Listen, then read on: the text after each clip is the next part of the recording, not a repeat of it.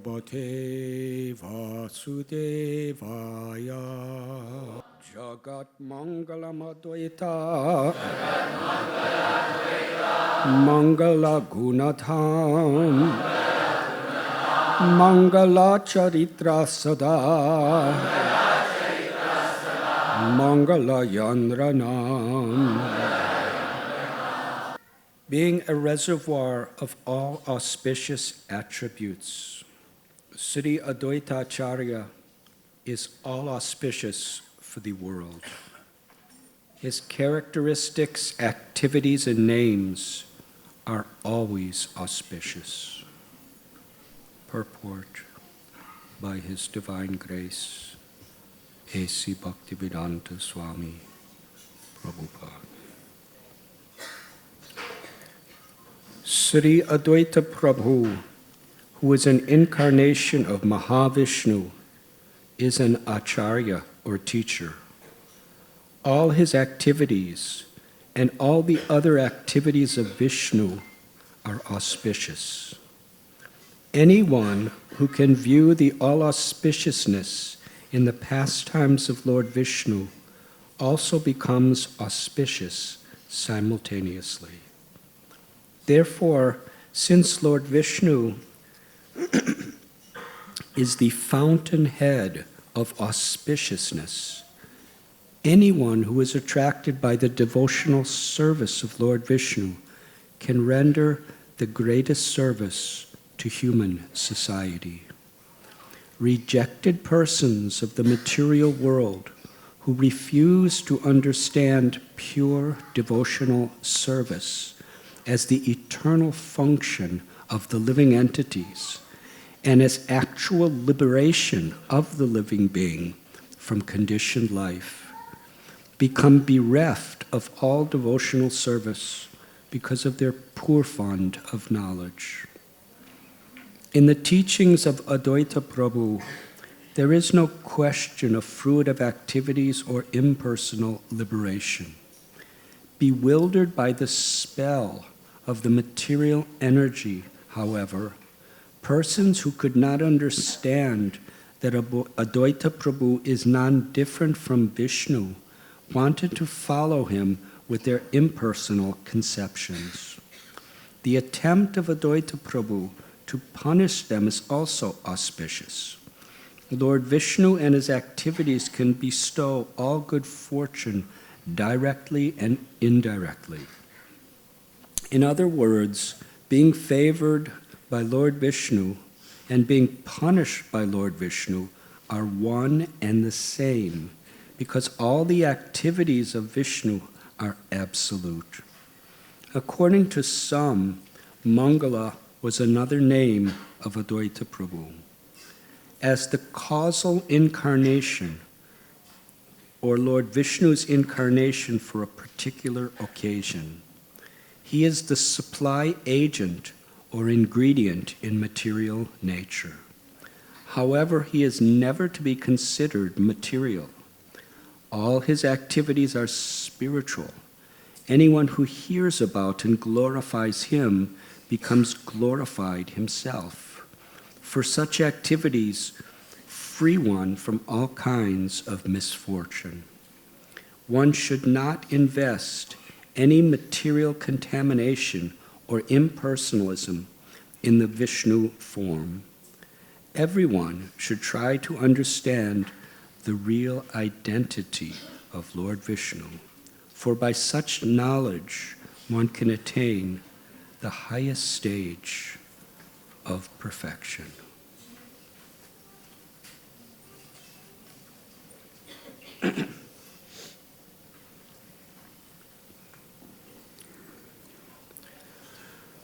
Om Agyantimidandasya Gyananjana Chalakaya Chakshuru Militam Jena Tasmai Sri Gurave Namaha Sri Chaitanya Manobhishtam Sthapitam Yena Bhutale Swayam Rupa Kadamayam Dadati Swapadantikam Vandeham Sri Guru Sri Juta Padakamalam Sri Gurun Vaishnavanscha Sri Rupam Sagrajataham Sahagana Raghunathan Vitam Tam Sajivam Sadvaitam Sapadutam Parijana Sahitam Krishna Chaitanya Devam Sri Radha Krishna Padaham Sahagana Lalita Sri Vishakam Vitamscha He Krishna Karuna Sindhu Dina Bandhu Jagatpate Gopesha Gopika Kanta Radha Kanta Namostete Tapta Kanchana Gaurangi Radhe Vrindavaneshwari Vrishabhanu Sute Devi Pranamami Hari Priye Vancha Kalpatarubhyascha Kripa Sindhubhya Evacha Patitanam Bhavanibhyo Vaishnavebhyo Namo Namaha Sri Krishna Chaitanya Prabhu Nityananda Sri Advaita Gadadhar Srivasadi Gaura Bhakta Vrinda Hare Krishna Krishna Krishna Hare Hare Hare Rama Hare Rama Rama Rama Hare Hare.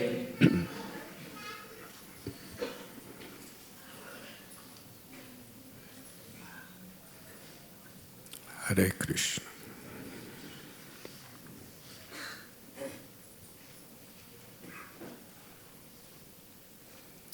Thank you for coming to be with us on this auspicious Sunday morning. Yesterday was the appearance day of Sri Advaita Prabhu.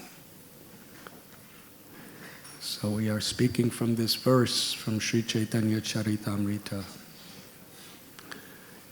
which, along with the purport, is describing one of the names of Sri Advaita Prabhu is Mangala, which means he is supremely auspicious. He is the fountainhead of all auspiciousness. And therefore, anyone who connects with him in any way through positive devotional service becomes infused with auspiciousness. Om apavitra pavitro va sarvavastam gatopi va yasmaret pundari kaksham sabhaya vyantarasuchi. Because Krishna, because the Supreme Personality of Godhead is supremely pure, by associating with him, we become purified. And similarly, because he is all auspicious, by associating, we become auspicious. Now, from a philosophical perspective, becoming means being awakened. Because the soul, the jiva within the heart of every living being, is part of Krishna. Mamayavamso jiva loke. Nityasiddha Krishna prema sadhya kabunai. The nature of the soul is we are eternal, we are full of knowledge, and we are full of happiness.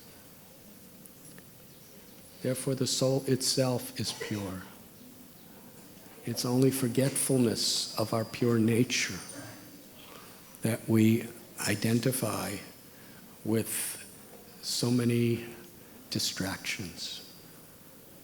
We forget who we are. We think, I am this body, I am this mind, and whatever is in relation to the body and mind are mine. This forgetfulness, the scriptures tell us, the saints have warned us, is the source of all suffering. of all complications. But auspiciousness, purity, happiness is our nature. It simply needs to be awakened. Now, how is it possible to be awakened when we have been in a chronic slumber of deep sleep for perhaps millions and millions and millions of births through various species of life? It's quite incredible. Neither lightning or thunder, even atomic bombs, even destructions of universes has not waken us up yet. So how are we going to wake up? It's not that an alarm clock is going to wake us up. How many loud noises, how many tragedies, how many situations have happened in this world? What to speak of, it's Basant Panchami. Everywhere in Mumbai there's marriages. And unbelievable how loud the volume is on all the speakers. Just blaring. It's people trying to talk to each other and they're screaming at each other to try to hear. And yet they keep turning the music louder and louder. And that doesn't wake us up. So what is going to wake us up after so long?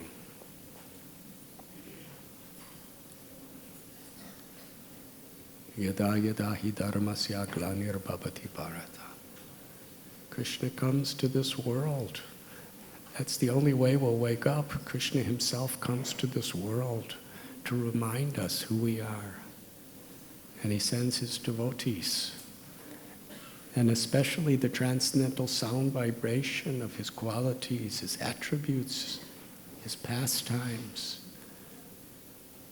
have the power to awaken us. Golokera premadana harinam sankirtan.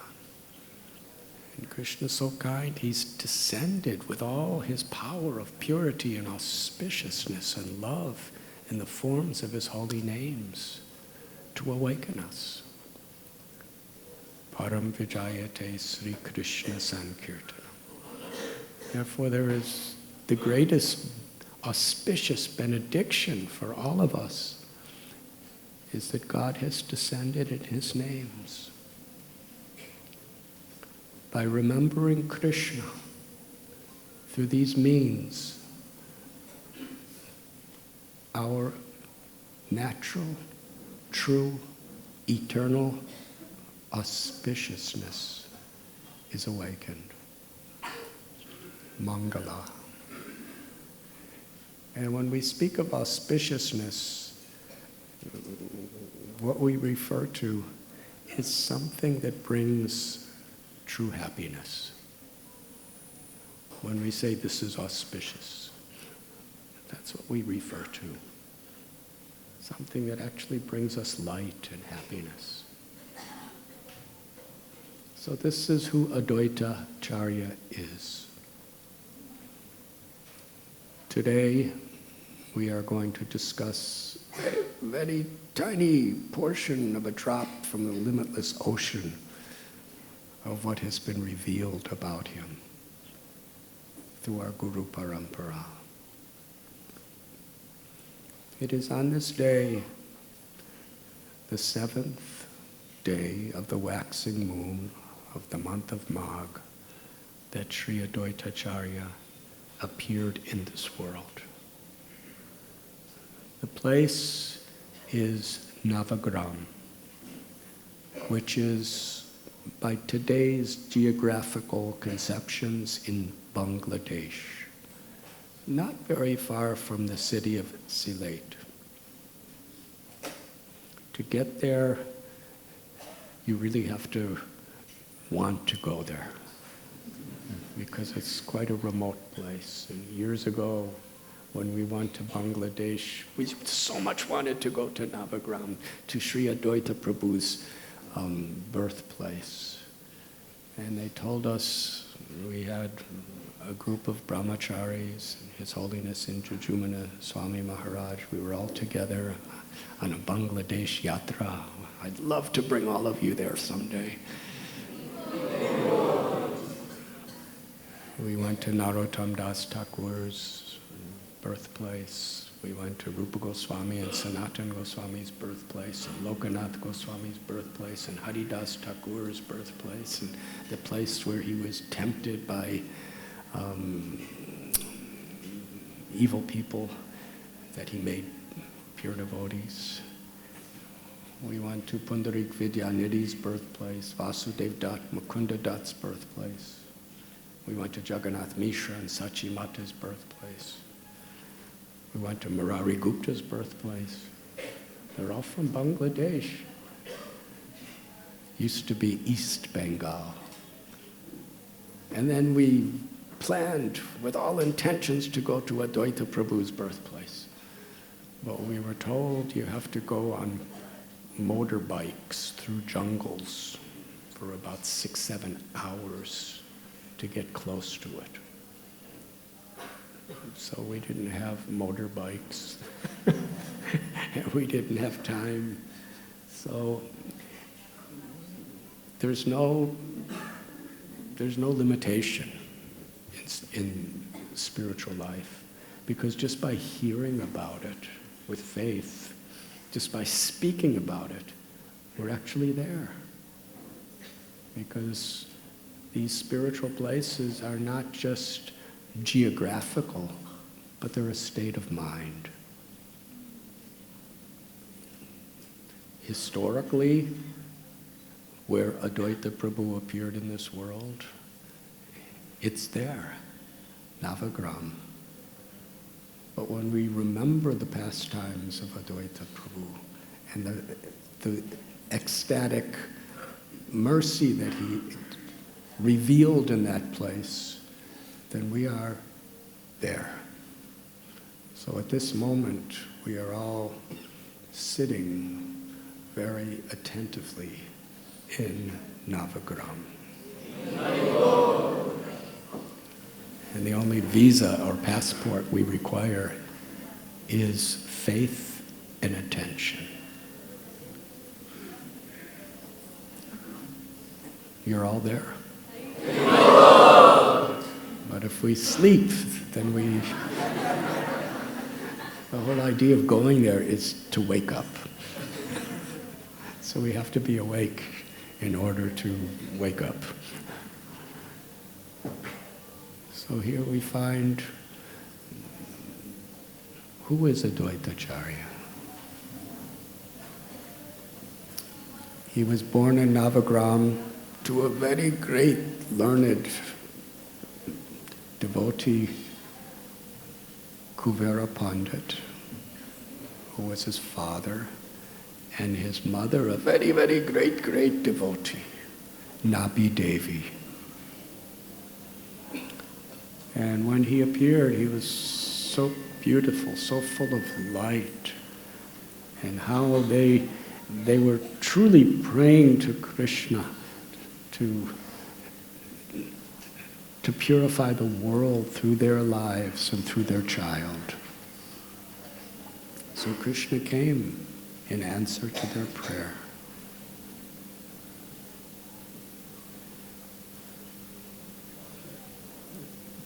We read in Sri Chaitanya Charitamrita the famous verse, Panchatattvatmakam Krishnam Bhaktarupa Swarupakam Bhaktavataram Bhaktakyam Namami Bhakti Shaktikam.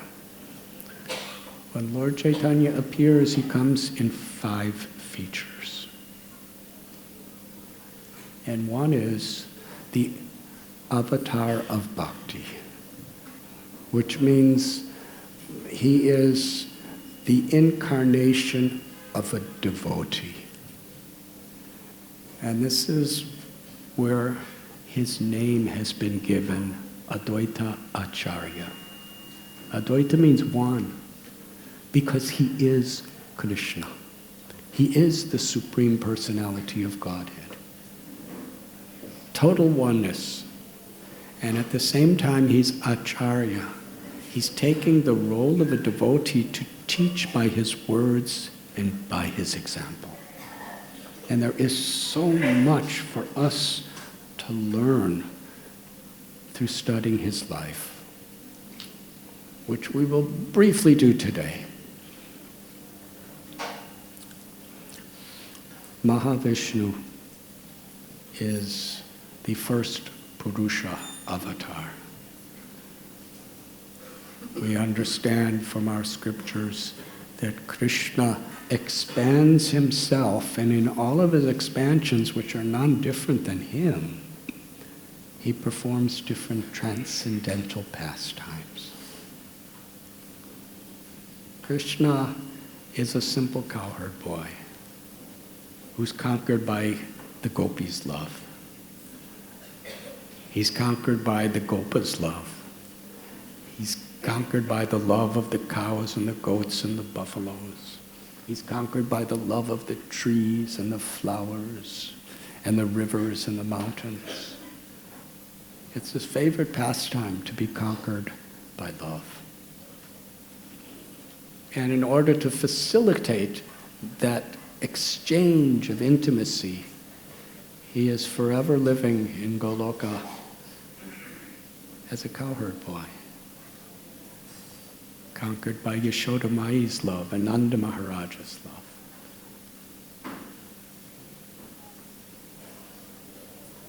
When he plays his flute, everyone's hearts melt. They know he's God, but his sweetness, his beauty, and his playfulness are so intoxicating with attraction that everyone simply eternally forgets that he's God. Why? Because that's the way he wants it, to facilitate deeper love. But Bhagavad Gita, before describing these wonderful pastimes of Srimad Bhagavatam, we find in Bhagavad Gita and in the first 9 cantos of Srimad Bhagavatam the understanding of who he is. Unless we understand the unlimited power and glory of God, we can't really understand who is Krishna with all his sweetness. And the more Krishna reveals that understanding, the more we see him as simply the ultimate object of our love. So let us, Hare Krishna, let us go back in time to before there was creation. That's about as far back as we can get. Our history books only tell us a few thousand years of history. But Krishna reveals in the scriptures histories of not only this creation, but previous creations. So Krishna in Goloka expands as Balaram, and Balaram expands as the Chaturvyuha, and the Chaturvyuha expands as Narayan, the supreme absolute truth, the controller of all controllers who resides in the spiritual world of Vaikuntha. And Narayan expands as another Chaturvyuha, and Shankarshan expands as Karunodakshayi Vishnu, who we sometimes call Maha Vishnu, with great emphasis on this idea of Maha, which means very great. He's so powerful, so incredible, and he's just a mere expansion of Krishna, who's stealing gopis' clothes, who's stealing butter from gopis. Mahavishnu is so big. He's laying in the causal ocean, which he expands from himself.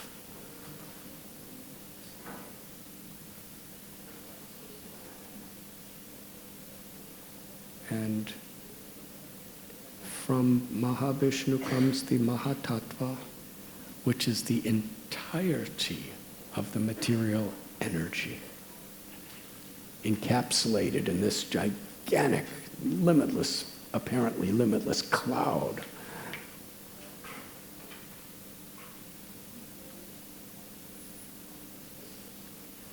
And from the pores of his body come all universes. And simply by glancing into this Mahatattva, he impregnates it with all the limitless jivas, or spirit souls, who are karmically bound to take birth in material existence due to previous creations. And by his glance, he activates. The glance activates time, which activates the three modes of nature that he has already invested within the Mahatattva. And then all the ingredients of material existence began to materialize. And all living beings are gradually created. He expands as Garbhodakshaya Vishnu, as the Lord of each universe. And then he expands as Kshirodakshaya Vishnu, who's the Lord within the heart of every living being. So these are all expansions of Mahavishnu Krishna. And all the various avatars coming from Vaikuntha, they come through Kshirodakshaya Vishnu. So all the avatars are incarnations of an expansion of Mahavishnu. And that Mahavishnu is Advaita. He appears within this world. It's very interesting, because first he creates the entire material energy to facilitate people to utilize their free will to try to enjoy separate from Krishna. But then out of his supreme mercy for every living entity, that same Mahavishnu incarnates as Advaita Acharya to teach people how to get out of this messy situation. First he creates it. Then he comes to tell us, please, I want to help you get out of it. So this is the super excellent nature of the absolute truth. In Bhagavad Gita, Krishna tells, Aham sarvasya prabhavo matta sarvam pravartite iti matva bhajante mam buddha bhava samanvidaha. I am the source of all spiritual worlds, and I am the source of all material worlds. Mayadhyakshena prakriti suyate sacharacharam. Maya, the whole illusory energy, is working under my control. And Mahavishnu is a very specific incarnation that's directly doing these things. He's creating the entire material energy and all the illusory effects of material energy. The three modes of material nature are being manifest through his will. And these three modes of material nature are so difficult to overcome. So that same Mahavishnu, who has provided all of this just to fulfill our desires of trying to be happy separate from our eternal, natural, spiritual relationship with God, he appears as Advaita in the role of a devotee to teach us through his words and through his example how to transcend all the sufferings of material nature. So in this verse from the 10th canto, 10th chapter of Gita, Krishna is telling, I'm the source of all spiritual, and in Mahavishnu form, all material worlds. One who engages in my loving service can transcend, can be happy. So Advaita is one, the supreme one, truth, that's the source of everything that exists, and he's Acharya. He's coming in the role of devotee to teach us by his example. And simultaneous, and this is one of the very incredible attributes of Sri Advaita Prabhu, he's also Sadashiva, the original Shiva. Vaishnavanam Yata Shambhu, who's the greatest devotee of the Lord and who's also Advaita, non-different than the Lord, in his own way. Very special, unique way, Vishnu expands himself as Shiva.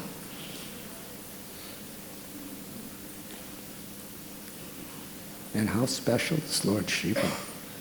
Cannot be calculated with our human brains. It can only be revealed to us. Throughout the Gaudiya scriptures, Sri Chaitanya Charitamrita, Sri Chaitanya Bhagavat, Sri Chaitanya Mangala, there is great glorifications of Shiva.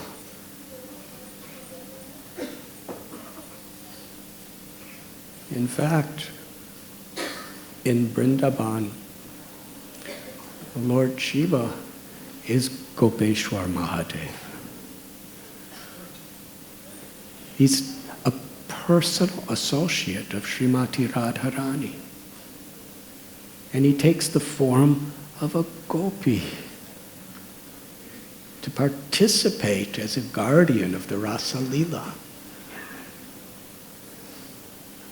So Lord Shiva, such an exalted state, he's a gopi in Vrindavan to assist Sri Radha Gopinath's Leelas. And also he appears as a gopa, as a cowherd boy.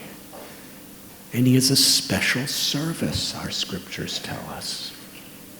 He loves to dance. We have all seen Shiva's dancing in the Nataraj form. It's usually Lord Shiva, the dance of the destruction of the cosmic world. You have all seen? He's dancing and there's all kinds of fire around him and demons under him. And so when Lord Shiva dances in the form of his Gunavatar Shiva, he destroys the world.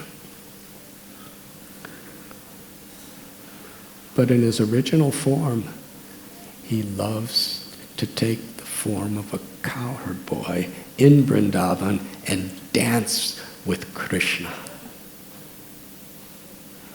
The cowherd boys love to dance together. Krishna dances for the pleasure of his friends, and his friends dance for the pleasure of Krishna, and the combination of trying to please each other is prema. It's the ras of Vrindavan, the eternal intimacy of loving exchange.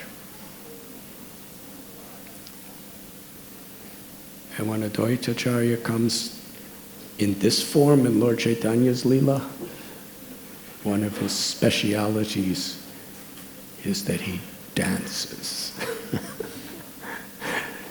So here is Sadashiva appearing as Advaita, and Mahavishnu appearing as Advaita.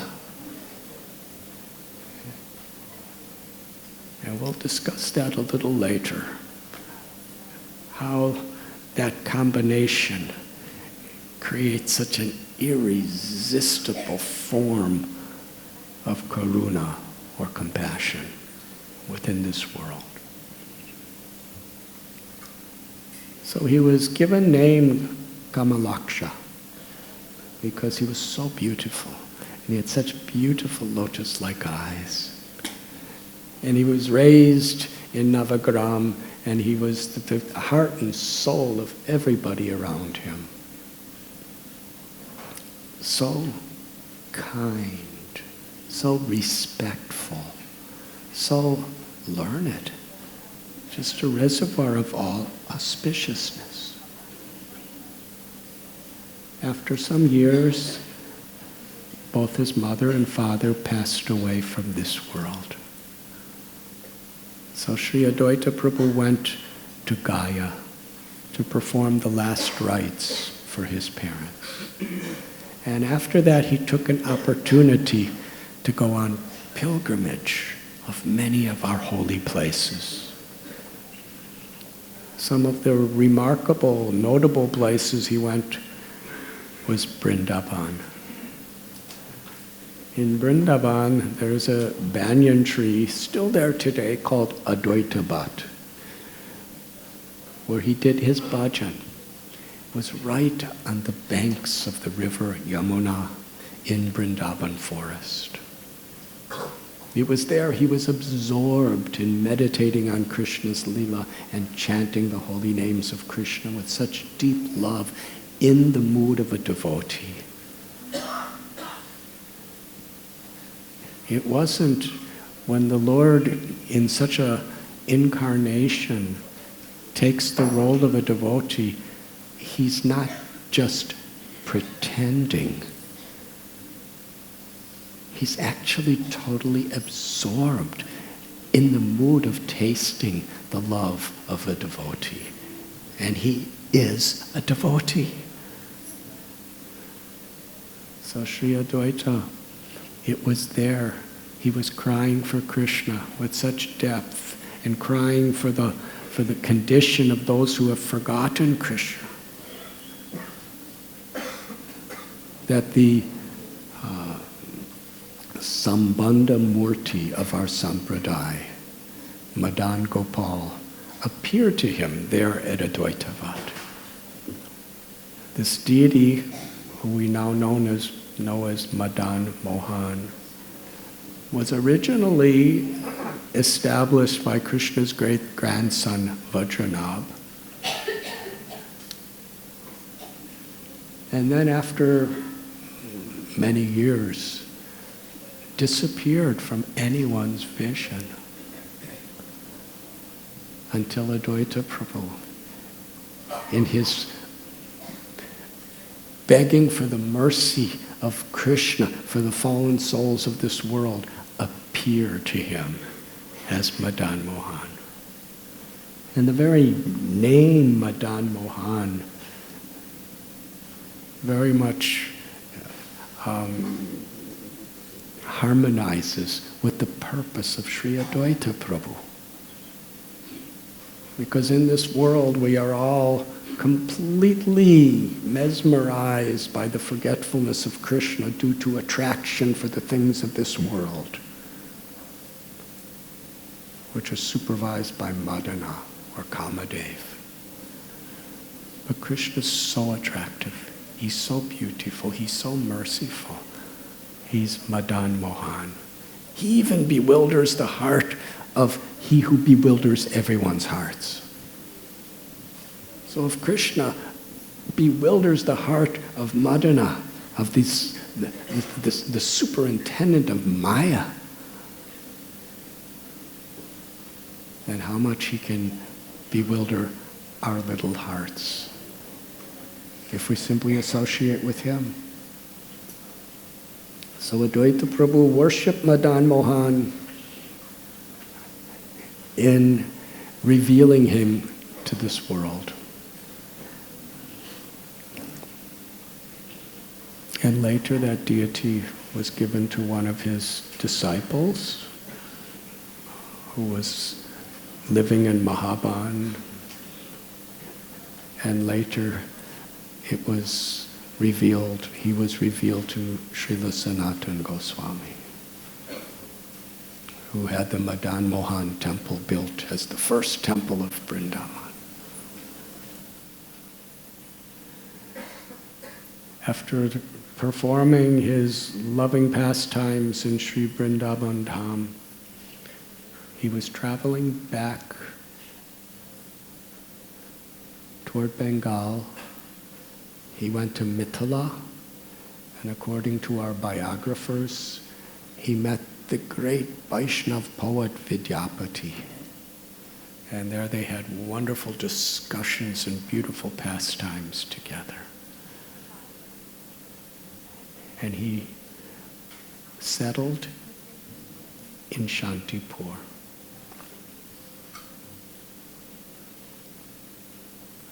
While in Shantipur,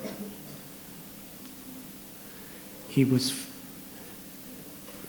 feeling such deep compassion for the people suffering in this world. At the time, he saw so much suffering. But he's Trikalagya. He could see into the future. He could see all the sufferings that each and every one of us are going through in our day-to-day lives. He's seeing the conflicts and the wars. He's seeing the greed and the envy. He's seeing all the fear that pervades this world. And he is the incarnation of a bhakta, a devotee.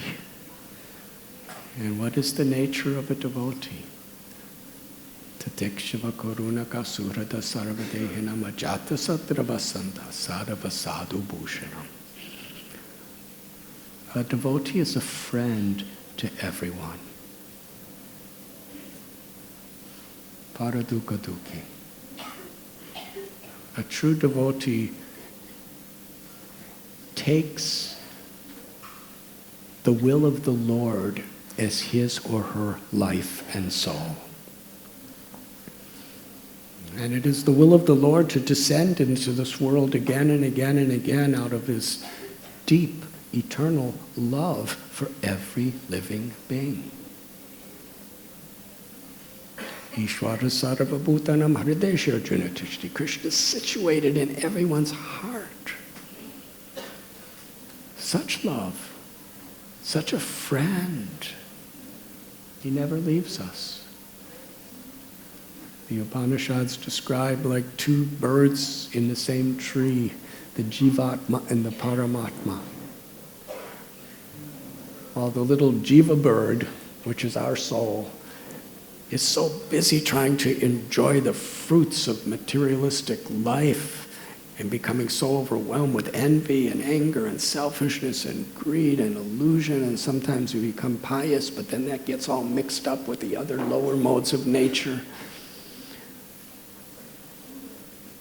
But the Paramatma is always seated right beside us in our heart of hearts, just waiting for us to turn to him.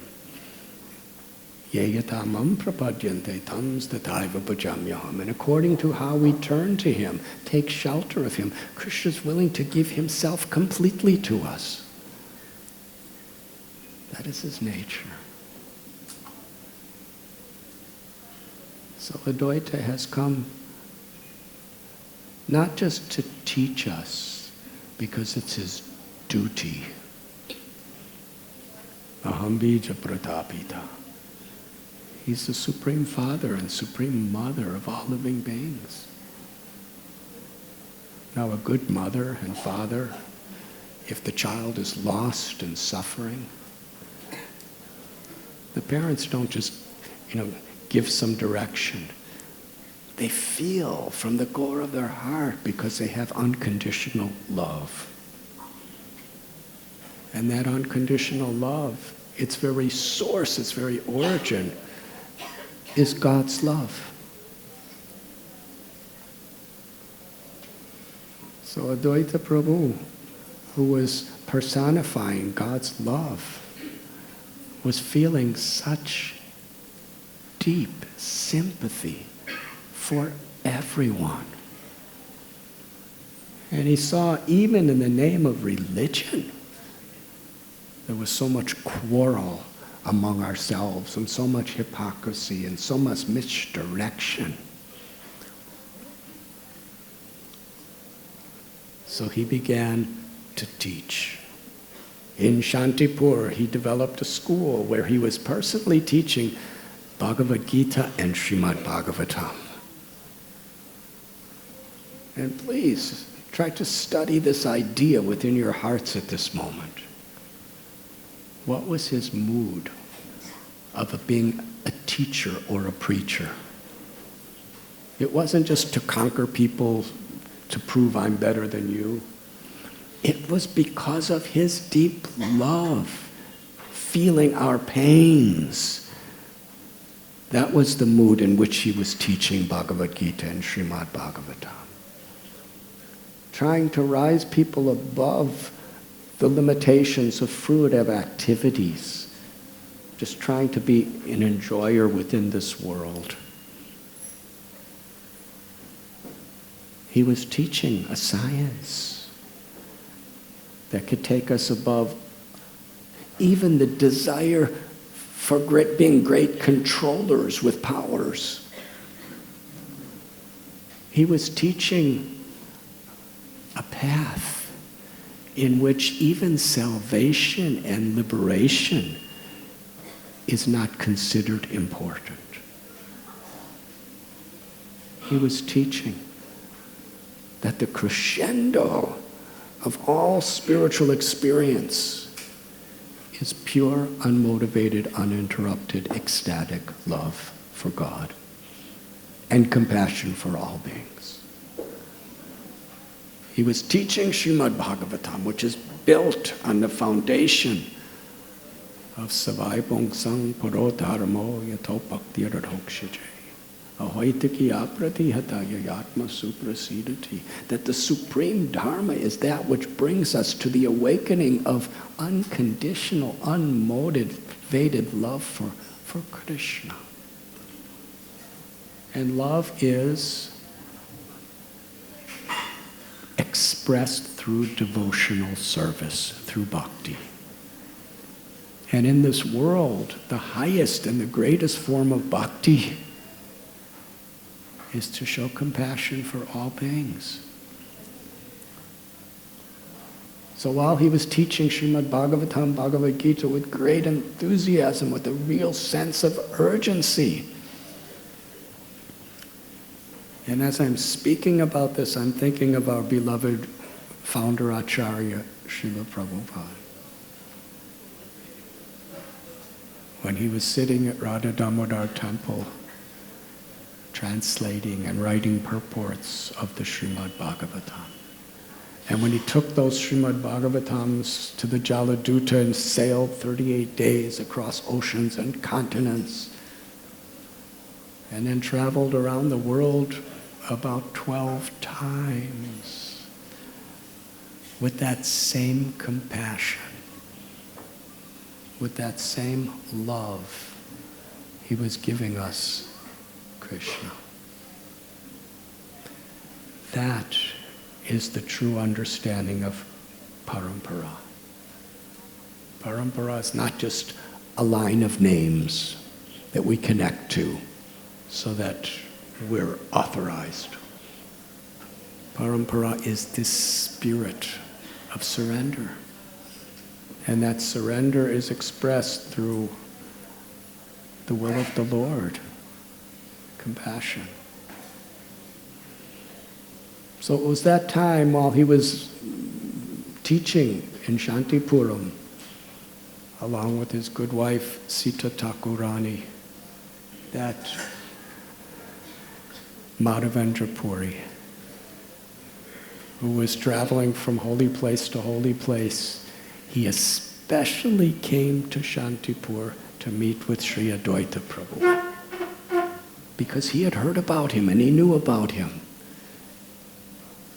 And the nature of true devotees, they love to be with other devotees.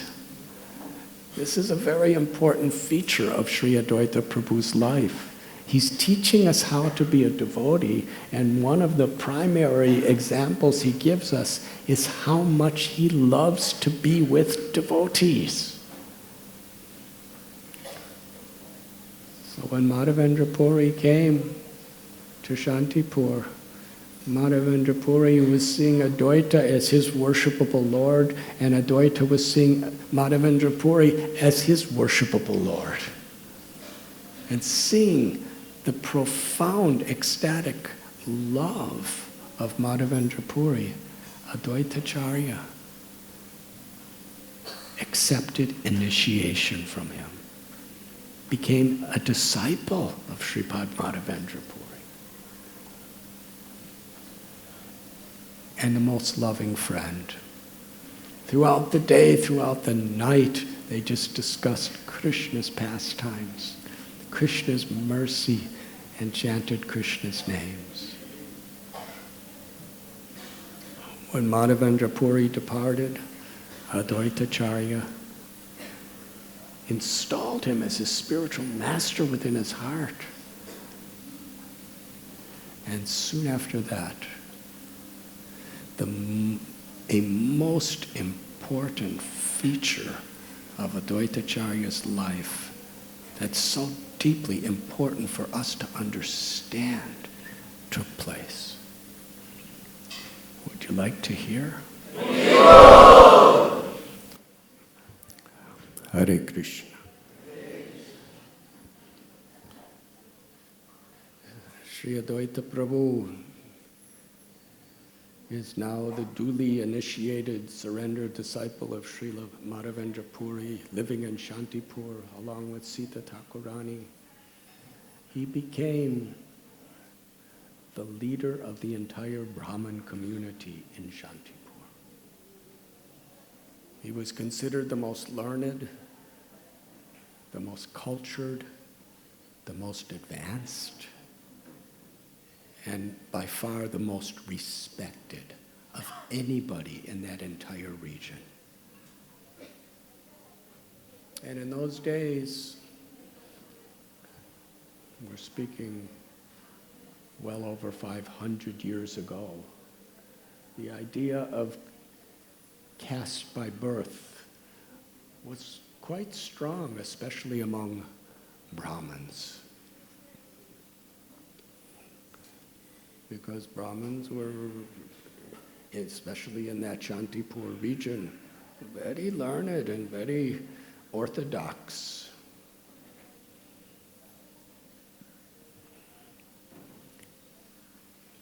It was then that someone came to visit Advaita Prabhu, Srila Haridas Thakur.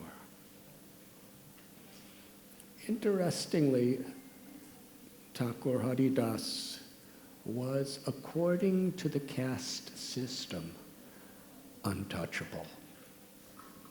He was born in what was considered a Malecha and Yavana family. The religion of his parents was Muslim, and the culture in which he was brought up, people considered him an untouchable. But yet he had such deep devotion, such profound faith in the chanting of the holy names. And we find in the life of Haridas Thakur, wherever he went, he was persecuted, he was ridiculed, he was condemned, and he was misunderstood. When he was living in Benapole, which is in East Bengal, Ramchandra Khan, he tried to destroy him. Haridas was just living in a forest chanting Krishna's names 300,000 times minimum every day. He had no envy toward anyone. He was everyone's well-wisher. He was willing to give his life to help anyone in any way. And because he was like that, people respected him. And this was intolerable for Ramchandra Khan. They're giving more respect to him than me.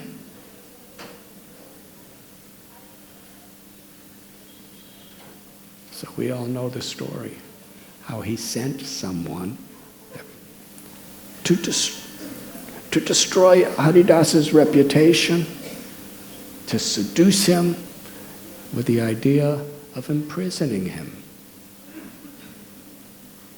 But in the end, that prostitute who came, she became Haridas's disciple, shaved her head, worshipped Tulsi and took his cottage and chanted 300,000 names of Krishna every day. And now Haridas is more famous and popular than ever. And what did he do? He left.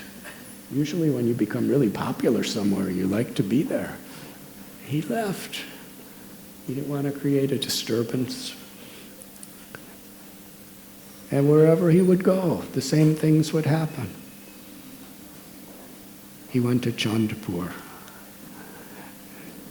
which was the place of Govardhan and Hiranya, who were the father and uncle of Radhanath Swami.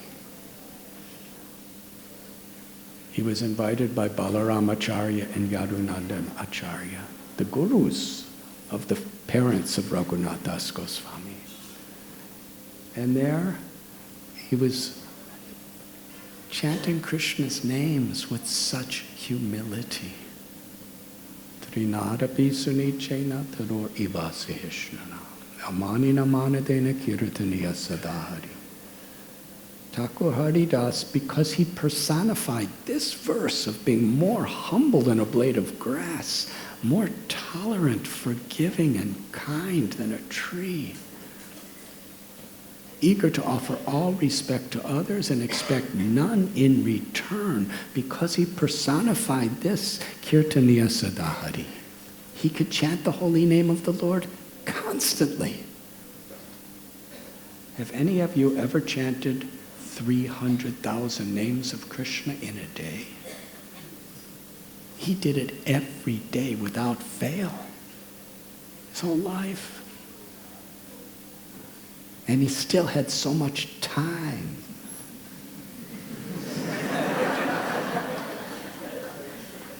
He had so much time. He was making thousands of people devotees of Krishna, going, to riversides and going into the forests to meet people and going into towns and villages. And he was, wherever he would go, people would be attracted. And he knew the scriptures so well. He could cite the Vedic literatures and extract the essence of bhakti. He was a scholar in this way. So sometimes we think, I don't have time to chant 16 rounds because I have so much to do. We all have thought that way. But Haridas Thakur, he did millions of times more than any of us as far as valuable activities. And yet he always had time to chant 300,000 names, which is 192 rounds every day. Somehow or other, he did everything else and he still had time. How is that possible? It's not possible. We cannot imitate, but we could follow in his footsteps. And how do we follow in his footsteps? Srila Prabhupada told us. He fixed 192 rounds that he would do every day. We could follow in his footsteps by doing at least 16 rounds. And somehow or other making time for that. And that will empower us. It will infuse bhakti into us in all of our other activities. But as the Nam Acharya, there's the Advaita Acharya and there's Nam Acharya. The Acharya who's one with God, teaching us devotion, and the Acharya who's teaching us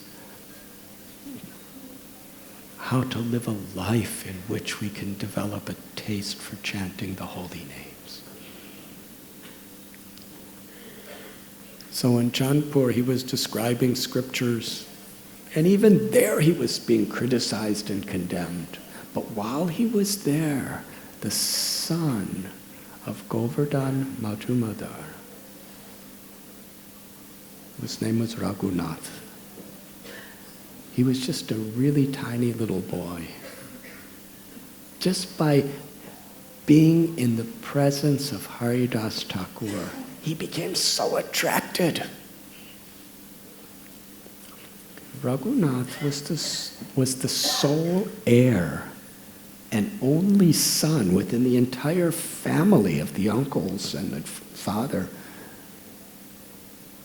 And they had a huge estate.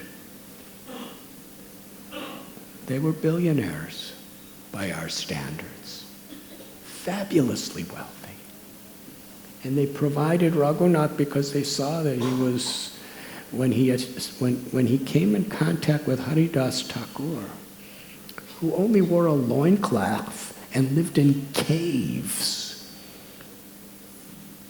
Radhanath was thinking in his heart, this is what I want.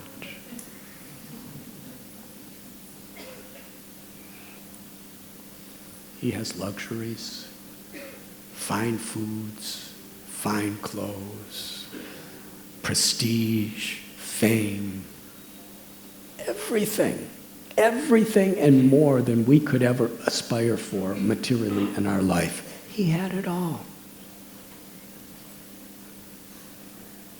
And it was all around him.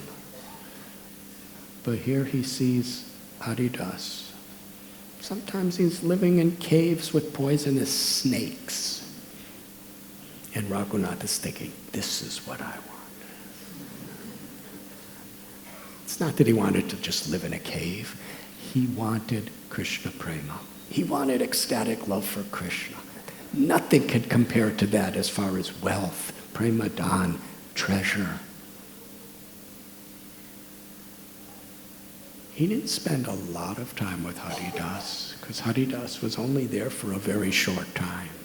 But just by being in his presence, something so deep transformed in Radhanath's heart.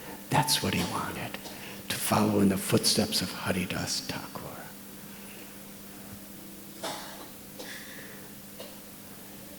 And because there were difficulties there, Haridas left, and he ultimately went to Fuliagram. And while he was in Fuliagram, he was living in another cave on the bank of the Ganges, and people, they started to love him, and the more people that loved him, the more people hated him. The world is like that.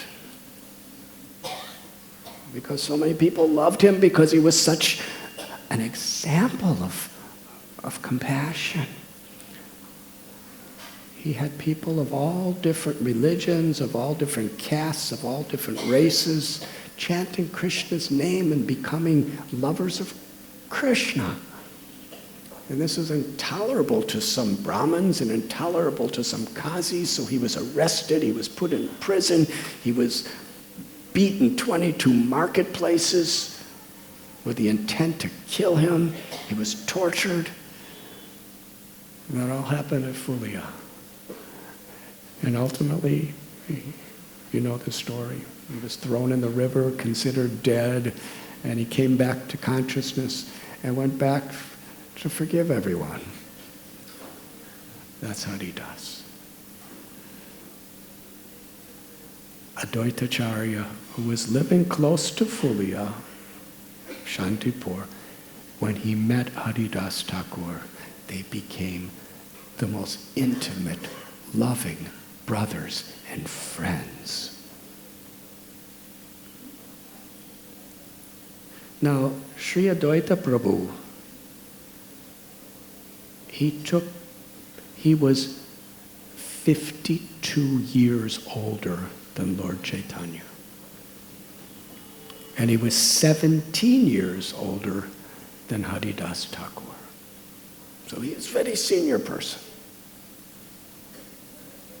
He would invite Haridas to his home every day to take prasad. He would serve Haridas prasad. And Advaita would take his remnants secretly. And they would talk about Krishna throughout the day, and they would chant throughout the day. And in those days in Bengal, the Shraddha ceremony was considered a very, very important part of one's life. It was a highlight of a year. And in the Shraddha ceremony, the tradition was you offer bhoga to Krishna, you offer that prasad to your forefathers and mothers, and you offer it to all the Brahmins who are present. But the actual plate of Mahaprasad is given to the foremost respected of all the Brahmins. So Advaita Acharya is the leader, the king of all the Brahmin community, in the sense that everybody respected him. So when Advaita Acharya is going to do Shraddha Patra, you know two things. There's going to be the best prasad. And second is you know that every esteemed Brahmin in that whole area is going to be there. It's the place to be. It's like I'm seeing here in Mumbai, the Vasant Panchami at time, there's so many marriages. And I talk to some of our devotees, and they're going to one marriage, and then they have to go to another marriage, and then they have to go to another marriage, and I'm going to another marriage, and from like noon until, after midnight, going to marriages. And engagements, and so many things. Why? Because, these are important people. We have to make the scene. Yes? Sometimes we go there to give blessings and everything, but other times what I observe is people go there because they have to make the scene. Because if you go for this, there's something great benefit. So here's the event of the year, Advaita Acharya's Shraddha. All the Brahmins are going to come for that. That's where they have to go to that for their prestige and for their, to really be accepted within the community. And Advaita, he stunned everyone, especially Haridas Thakur. Because he took the Mahaprasad from the altar and in front of everyone, ceremoniously, he presented it to Haridas Thakur. He's not a Brahmin. He's an untouchable by caste.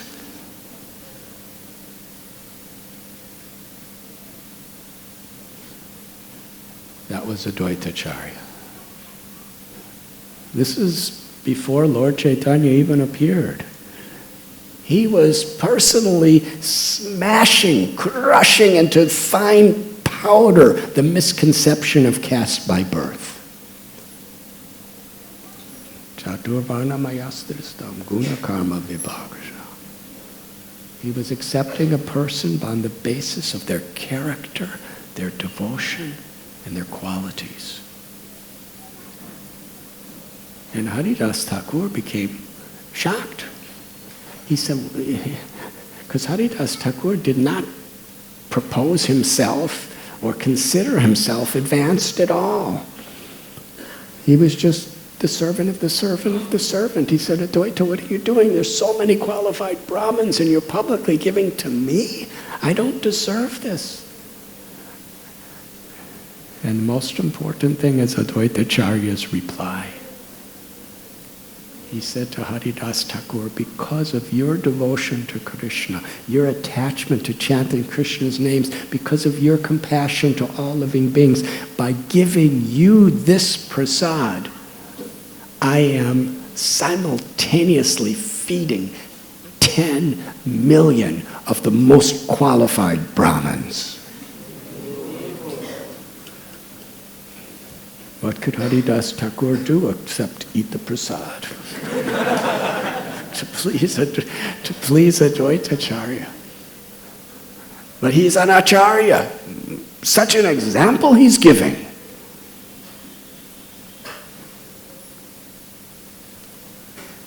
And they became such dear friends and brothers in Krishna's service. They both shared the same compassion for the fallen souls. And they decided between themselves Advaita Prabhu and Thakur Haridas, that mere incarnations cannot give Krishna prema in this age of Kali. They were seeing around them what was going on, and they were looking into the future. Here is Mahavishnu, Sadashiva, and Brahma having a discussion with each other. What to do with the people of this age of Kali. Only Krishna himself, in the mood of Sri Radha, can give the pure devotion that is required in this age of Kali. To give this highest gift to the least qualified. So Haridas Thakur, with the prayer of Krishna descending into this world for you and me, he was constantly in his cave on the bank of the river Ganges chanting the holy names. And Sri Advaita Prabhu, from the Gautamiya Tantra, while he was praying and praying and praying and crying out Krishna's names, he heard this verse that Krishna will fulfill the desire of a devotee who offers with love and devotion tulsi leaves, tulsi manjaris, and the water of the Ganges to Lord Krishna. So he would spend his days offering Ganga water and tulsi manjaris, leaves, with the loud calling for Krishna to come to this world. When I speak about being loud, it wasn't just in volume like our sound systems. It was the loudness of the compassion and the love of his heart. His infinite love for Krishna was inseparable from his infinite compassion to Krishna's children. That's love. He was calling out with limitless tears for Krishna to appear, offering Ganges water and tulsi. Let us study this briefly. He's Mahavishnu. He's Shiva, the original form of Shiva. Now, the source of the river Ganges is Mahavishnu. The water of the causal ocean, which is emanating from the body of the Supreme Personality of Godhead. And when Vamana took his second step from the arena of Bali Maharaj, he pierced the covering of the universe, and that water from the causal ocean, the water that was coming from the very body of Vishnu, entered into this universe. So first, it's coming from the body of Vishnu. Second, it's washing the lotus feet of Vishnu. And then it's coming, and then it's gathered as the holiest, the most sacred of all substances, of all blessings in all the heavenly planets, the planets of the rishis, Satyaloka, Tapaloka, Janaloka, Maharloka. These are not just heavenly abodes. These are abodes of the greatest rishis and yogis. And then it comes down to the heavenly worlds of Swargaloka. And the great king Bhagirat, he wanted to deliver his forefathers and deliver the world. But how to do so? He was told that only if the river Ganges flows and touches the ashes of his forefathers will they be delivered.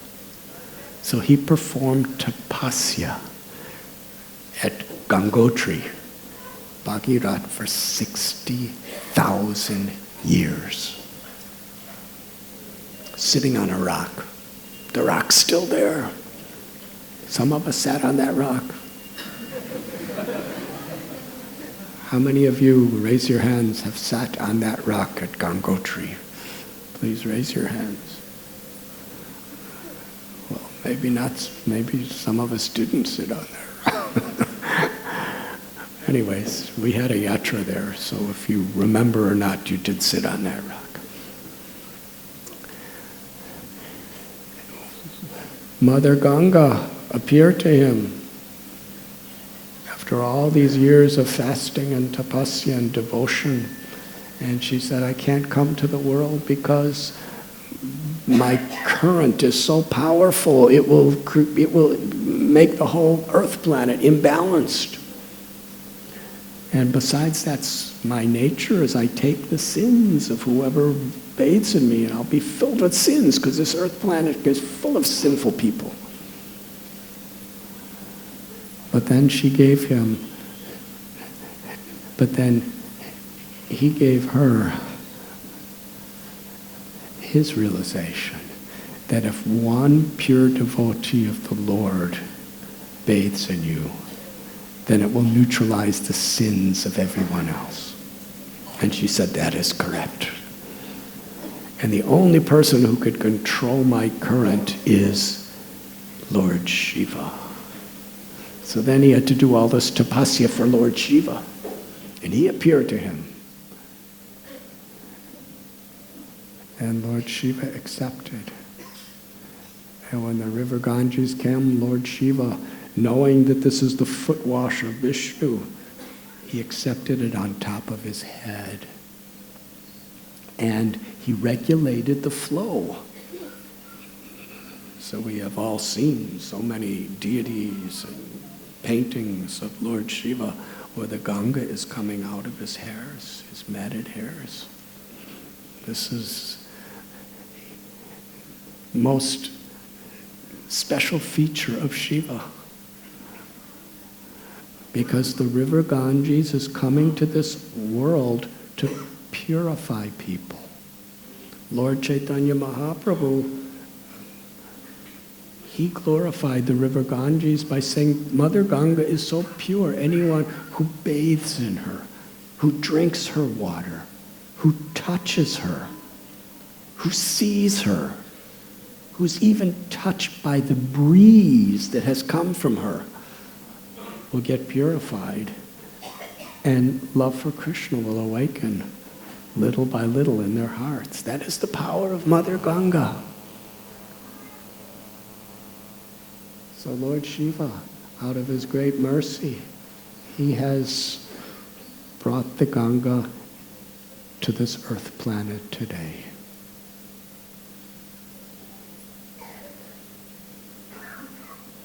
The Srimad Bhagavatam describes, why is Lord Shiva Vaishnavam Yata Shambhu? Because of his compassion. The greatest service one can do for pleasing the Lord is to accept difficulties for the well-being of others.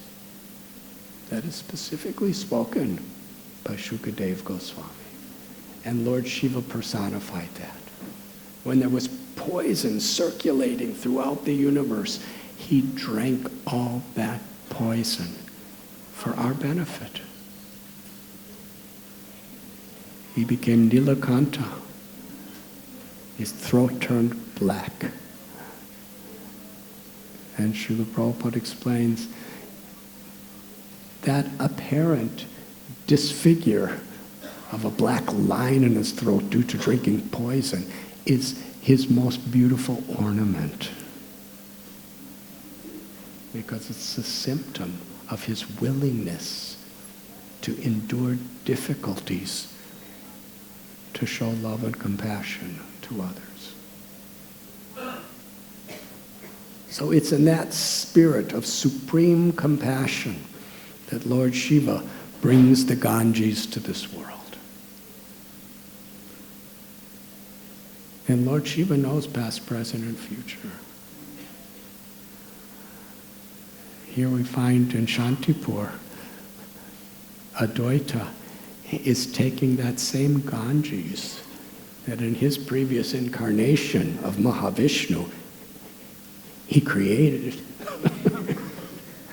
In his previous incarnation of Vamanadev, he had to wash his feet and get totally blessed with purification. In his previous incarnation as Shiva, he brought it to the world to purify all living beings.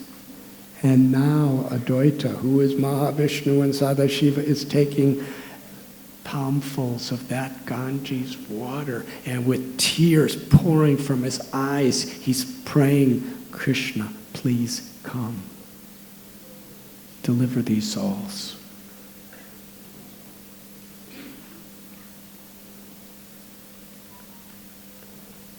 The combination of Lord Advaita's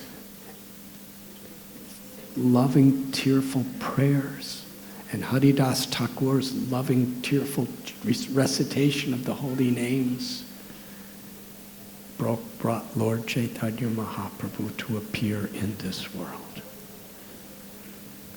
And it's described when Advaita Prabhu and Haridas Thakur, during the Gaur Purnima, during the lunar eclipse on the full moon night of Phalgun, at the moment that Lord Chaitanya appeared, there was such auspiciousness everywhere, and everyone was chanting God's names, the names of Hari Hari. Hari. Haridas and Advaita, they could feel the Lord has come in their hearts, and they danced together in ecstasy, loudly chanting the holy name.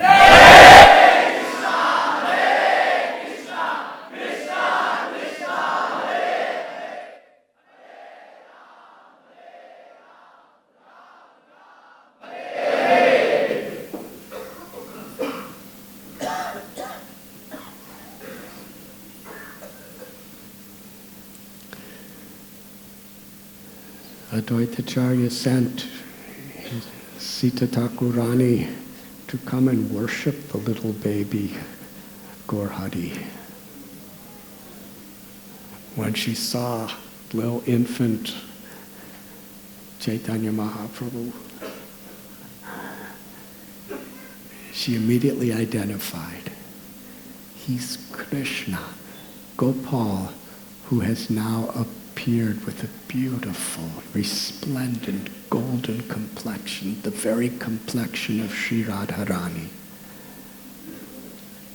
And he was given so many names, Gauranga, Gaur Hari, Sachinandan, Vishwambar.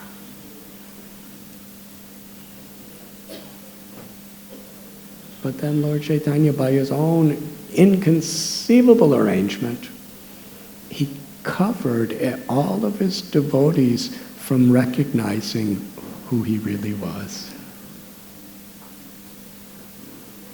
This was his Leela.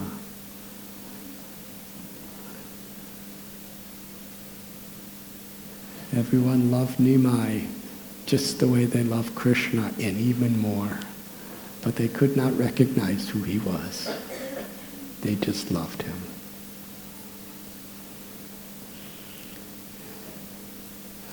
I think I should end very soon, but I'll just tell a couple stories. Advaita had a house in Navadvip as well as Shantipur. So he came to Navadvip just to be closer to the community of devotees there. There was Srivas and his brothers. And there were so many other great souls who were living in Navadvip, Murari Gupta. And they would have kirtans. And they would love to see the pastimes of Nimai, although they weren't recognizing him.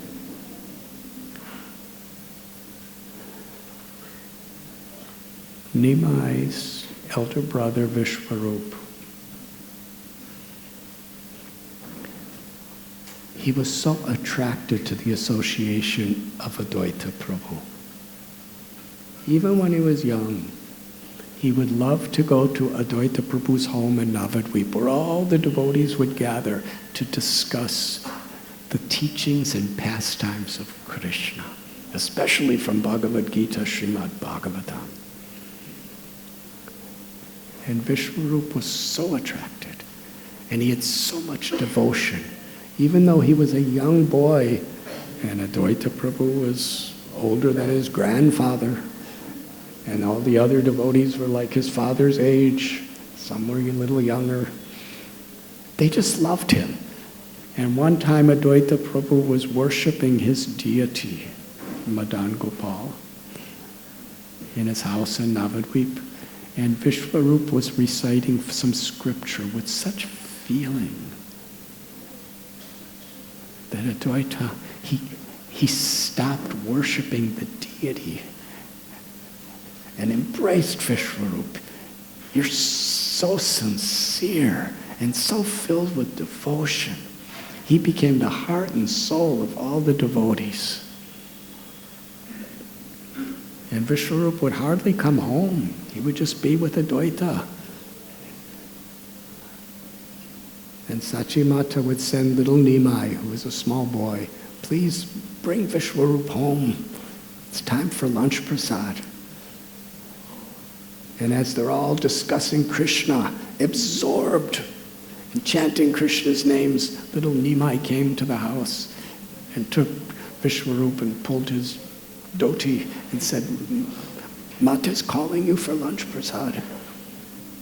And everyone saw little Nimai. He was such a small boy. And he smiled at them. They were so captivated that they forgot about talking about Krishna. Can you imagine this?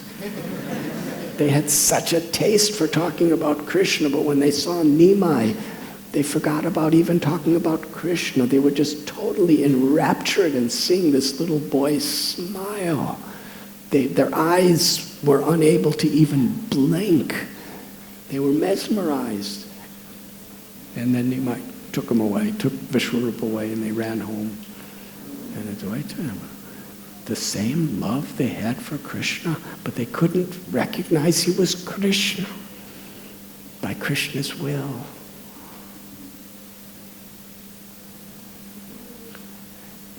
Jagannath Misha, Sachi Devi, at a certain time, they felt it's time for Vishwarup to get married. Because he's so completely engrossed in just studying scriptures. We have to give him some occupational ashram by which, he'll remain with us. And when Vishwarup learned that preparations were being made, in the middle of the night, one night, he just left. Didn't say anything to anyone. There was not even an indication. What did he do? He went off and took sannyas as a young boy. He became known as Shankar Aranya. And he never came home again. There was never an indication of correspondence. At that time, Sachimata and Jagannath Mishra were totally brokenhearted. The only thing that kept him alive was Nimai. Nimai, he was himself missing his brother so much, but he would say that, I'm still with you. And that was the only reason for them to continue living, was to take care of Nimai. And when Advaita and the devotees learned that Vishwarup had left forever, they were weeping and crying in separation. But Advaita Prabhu, he said to the devotees, even though this is breaking our hearts, we should be happy. Because Krishna is about to reveal himself to us. And everybody had faith in those words. It was at that time that Jagannath Mishra stopped Nimai from studying. Because your brother, he studied so much and understood so closely how we're not this body, we're the eternal souls, and love for Krishna is the ultimate goal of life. And look what he did. So stop your studies and learn how to be a nice son. And he was the best son. That's a long story, but it's a beautiful story. But we don't have time.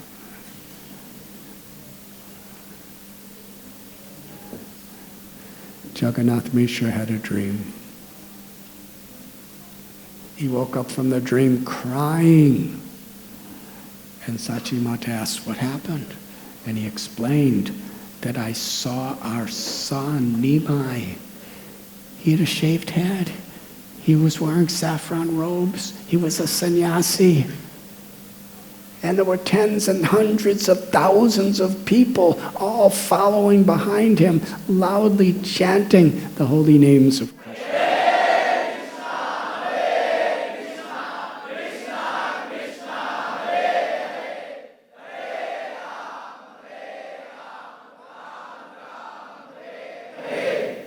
I think our son is going to leave us like Vishwarup. And Sachi Devi said, no, he's so engrossed in his studies, there's no problem. But soon after that dream, Jagannath Mishra, with with Nimai right at his side, praying for him and crying for him, Jagannath Mishra left this world. Now Sachi Mata is a widow.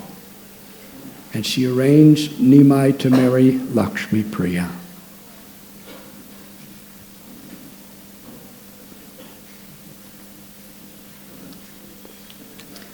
Not long after that, Ishwara Puri, one of the prominent disciples of Madhavendra Puri, an exalted godbrother of Advaita Acharya, he came to Navadvip.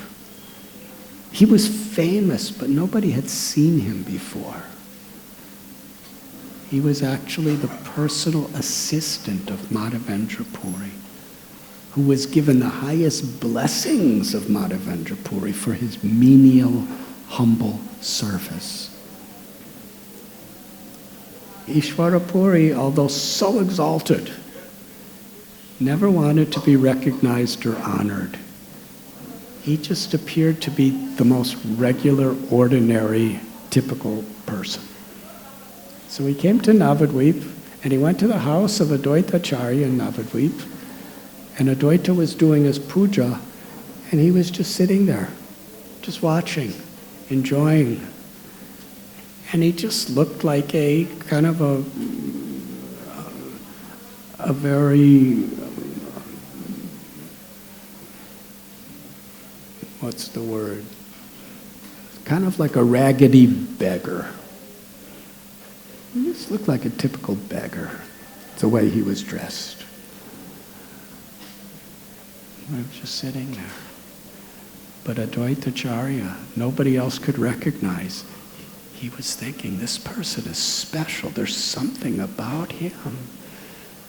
So Advaita asked Mukunda Dutt to sing a beautiful verse from Srimad Bhagavatam, glorifying Krishna.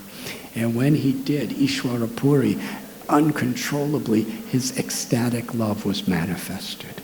And then Advaita and everybody recognized, this is the great Ishwara Puri. And Gadadhar Pandit began to learn from him. And even Lord Chaitanya Mahaprabhu would go to meet him every day.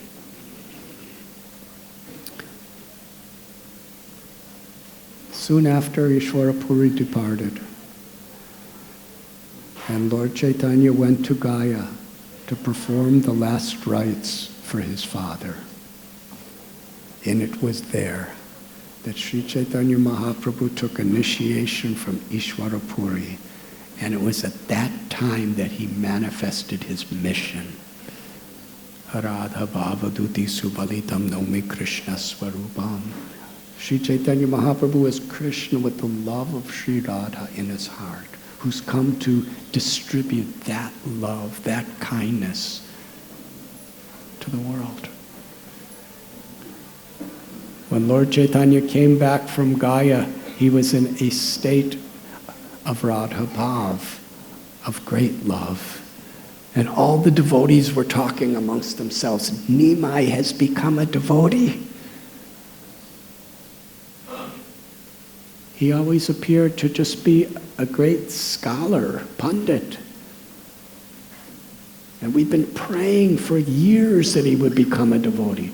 He has become a devotee. He's returned from Gaya. We've never seen such ecstatic love for Krishna as personified by Nimai Pandit. And when Advaita heard the news of this, what do you think he did? He left Navadvip. He went back to his home, to Shantipur, because he wanted to test Nimai. So now Nimai is starting the Sankirtan movement. And all these great devotees are coming to assemble. Nityananda Prabhu has come. Srivas, he's revealed himself to Srivas Thakur.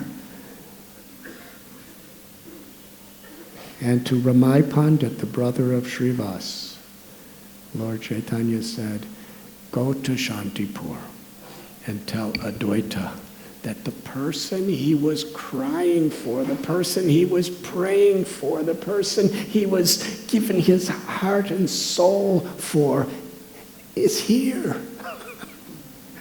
Tell him to come, I'm here.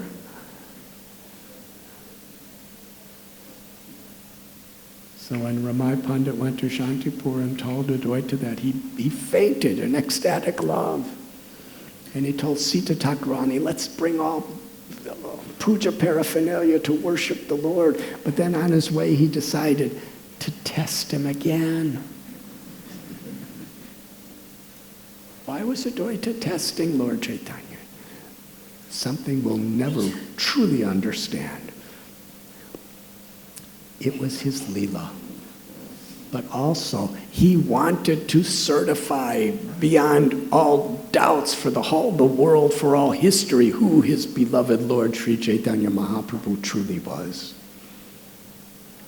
So Advaita went to the house of Advaita Acharya, along with his good wife Sita, and they were hiding.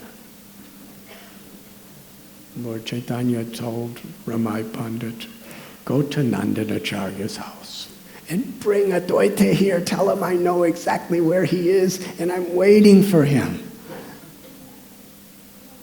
I've come only for him. I've come only for you, Advaita. Give him that message. And Advaita Acharya came and he worshipped, he offered beautiful puja to Sri Chaitanya Mahaprabhu for the first time. And offered a beautiful prayer. Namo Brahmanya Devaya Go Brahmani Hitaya Cha Jagadyataya Krishnaya Govindaya Namo Namah. And at that time, the Sankirtan movement was truly established in the world. Haridas Thakur was there with Advaita. Nityananda Prabhu had come from Ekachakra and from a whole 12 years of traveling on pilgrimage. He had come from Vrindavan. Pundarik Vidyanidhi had come from Chattagram. Murari Gupta, Srivas and his brothers, all these devotees were assembled. Gadadhar, who was Lord Chaitanya's childhood, lifelong friend.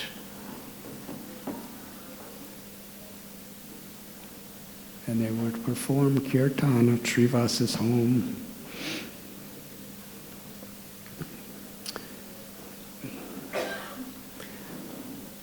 Because Sri Advaita Prabhu was a very senior disciple of Lord Chaitanya's Param Guru, Madhavendra Puri, a godbrother of Lord Chaitanya's Guru, Lord Chaitanya worshipped him. He would never accept worship from him. Lord Chaitanya was teaching. the type of esteem, respect, and honor that one should give to the God brothers, God sisters of one's spiritual master. But Advaita wanted to just be an insignificant, menial servant of the servant of Lord Chaitanya, but Lord Chaitanya would take dust from his lotus feet, and Advaita was so old. Now Lord Chaitanya is about 20 years old, so Advaita is like in his late 70s. Lord Chaitanya had long arms, so he would take dust from Advaita's feet, and Advaita can never get dust from Lord Chaitanya's feet. So Advaita was thinking, Lord Chaitanya will truly accept me as his servant when he punishes me. But how could I get Lord Chaitanya to punish me? He honors me, he worships me, he loves me. He tried everything. One day when Lord Chaitanya was unconscious, Advaita Acharya took dust from his lotus feet, and Lord Chaitanya became so disturbed knowing that that had happened. Lord Advaita secretly took dust from his lotus feet. Then Lord Chaitanya jumped in the Ganges to end his life. And Advaita was crying, please come back. I'm sorry. So how to get Lord Chaitanya to actually consciously punish him? Advaita knew the heart of the Lord. He was coming to teach pure, unalloyed devotional service to the personality of Godhead. So Advaita took Haridas Thakur and said, let's go back to Shantipur. I have a plan. And he started preaching the Mayavad conception. That you're not the eternal servant of God. Ultimately, you are God. And ultimately, God has no form and has no personality. It has no lila. The leelas of the Lord, the form of the Lord, the personality of the Lord is all within this material realm to attract our hearts. But when we actually become pure and liberated, then we enter into the state of impersonal Brahman. And he was preaching. He didn't believe it. But he was preaching with such conviction externally. And he was speaking so philosophically and so enthusiastically that he was getting a larger and larger following. And the news came to Navadvip, what was happening. And Lord Chaitanya, what? Advaita's preaching like this? Impossible. But he was getting more and more news that this was true. And he told Nityananda Prabhu, let's go. This was like an emergency mission. Lord Chaitanya jumped in the Ganges with Nityananda Prabhu and swam to Shantipur.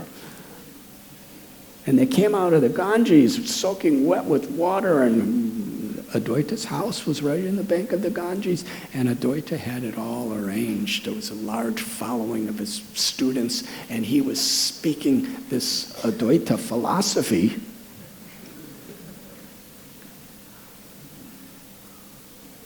And when he saw Lord Chaitanya, he started to speak with even more enthusiasm and an even louder voice. That the leelas of the Lord are an illusion, the names of the Lord are an illusion, the pastimes of the Lord are an illusion.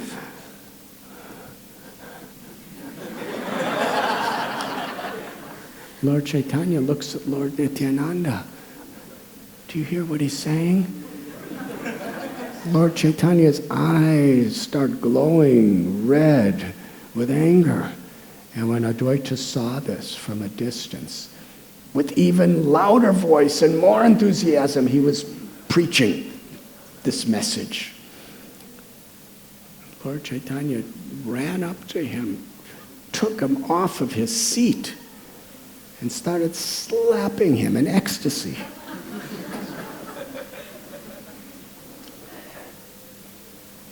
He cried out, Nara, Advaita, I came to this world only because of you. What are you doing? Why? I was peacefully sleeping on the causal ocean.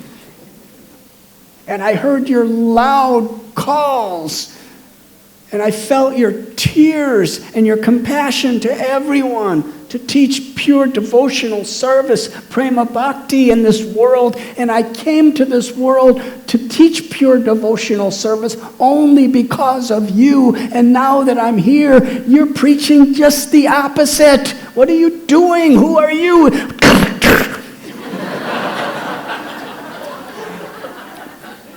And Sita Thakurani was crying out, he's an old man, don't do this to him. And Haridas Thakur knew exactly what was going on, and he was secretly in a corner just laughing. And Advaita Acharya was so happy, getting slapped by the Lord, getting chastised by the Lord. He began to cry in ecstasy and dance in such jubilation. And he was calling out, where are your kind, worshipable words to me now, my Lord? Now you have punished me. Today you have accepted me as your servant. The ultimate fulfillment of all my prayers and wishes I have achieved today. And then Lord Chaitanya understood this was all a trick.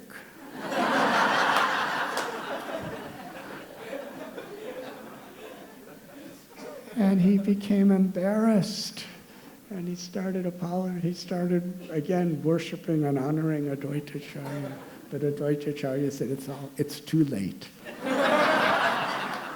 You have punished me. You have put it on the record forever that I'm your servant. Lord Chaitanya said, you have tricked me.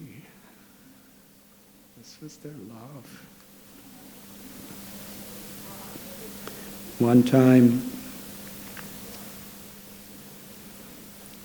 when Lord Chaitanya was bestowing his mercy and showing his original form of Krishna to all the devotees, Srivas and the other devotees said, you're giving your mercy to everyone except your own mother, Sachi Devi. Why don't you show your form and give your mercy to her? And Lord Chaitanya wanted to teach a lesson to the world. He said, no, I cannot, because she has committed an offense to Advaita Acharya. That message was given to Sachi Devi. And she remembered what that offense was. Vrindavan Das Thakur tells in much detail what happened. We have heard briefly the story of how Vishwarup, after associating with Advaita Prabhu for so long, he took sannyas. Now Lord Nimai, when he was young, now he's established the Sankirtan movement. He was so much immersed along with Advaita and the devotees in hearing and chanting about Krishna and staying up all night doing kirtan at Srivas's house. And Advaita was the leader of the whole Vaishnava community. He was hardly at home. So Sachi Devi was fearing that Advaita has taken my moonlight beloved son, who was my heart and soul, Vishwarupa, away. And now he's taking my other son away, Nimai. Why is he so unkind? I'm a widow. I've lost my eldest son. I've lost my husband. I have nothing except Nimai in my life. And now Advaita's taking him away. She didn't even say anything to anyone. She was just thinking in this way. And just to herself, she said, everyone calls him Advaita. But I say he's Dvaita. He's duplicitous. What is he doing to my life? That was her offense. She was just thinking that way about the great devotee Advaita. So she understood exactly what Lord Chaitanya was speaking when he wouldn't give her mercy. So someone told Advaita, this is the love of devotees. Someone told Advaita Prabhu that Lord Chaitanya will not give Sachi Devi his blessing, will not show his transcendental form until Sachi Mata removes her offense to you. As soon as Advaita Acharya heard the name of Sachi Devi, he went into ecstasy. She's the mother of the universe. Sachi Devi is supremely worshipable. The absolute truth, who I prayed for with all my heart and soul, descended into this world by taking shelter of her womb from his infancy. She loved and cared for my beloved Lord. She's everybody's mother. If she's Krishna's mother, she's everybody's mother, because Krishna's the source of everything. He went into such an ecstasy, remembering Sachi Mata's pure, ecstatic, motherly love, that he was howling her glories, weeping and crying, and ultimately his respect for her reached such a crescendo that he fell to the ground unconscious. And while he was in that state, Sachi Mata ran and put her head on his lotus feet. And at that point, Lord Chaitanya was watching it all. He said, Sachi Mata, come. Now I will show you all my opulences. And seeing Sachi Mata receive those blessings, all the devotees in great ecstasy danced and chanted the holy name. Hare Krishna, Hare Krishna, Krishna Krishna, Hare Hare, Hare Ram, Ram Ram, Hare Hare. After Lord Chaitanya took sannyas from Keshav Bharati Maharaj in Katwa, along with Nityananda Prabhu and a few associates, they were on their way to Vrindavan. But it was at that time that Lord Chaitanya was tricked by Nityananda Prabhu to go just across the river Ganges to Shantipur. He was told by some cowherd boys, Nityananda's trick, that this is the Yamuna and Vrindavan. But actually it was the Ganga and it was Shantipur. And he sent a message to Advaita. And Advaita was there to receive him and took Lord Chaitanya and Nityananda Prabhu back to his home in Shantipur. And there was such a great festival. Sachi Mata came, and how Advaita Prabhu, how it is described there, the unparalleled ways that Advaita Prabhu offered hospitality to each and every devotee. They were having Hari Katha and Hari Kirtan throughout the day and throughout the night. And it was there in Shantipur. I'm going to end with this. There's actually so much more that I really would like to say, but I don't have time. I have some other events today. But this is special. Because it was there in Shantipur that Radhanath Das Goswami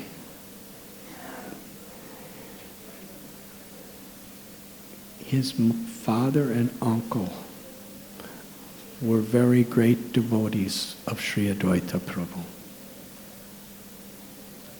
with their wealth, they were facilitating so much of Sri Advaita Prabhu's outreach activities and doing such incredible service to the Vaishnavas.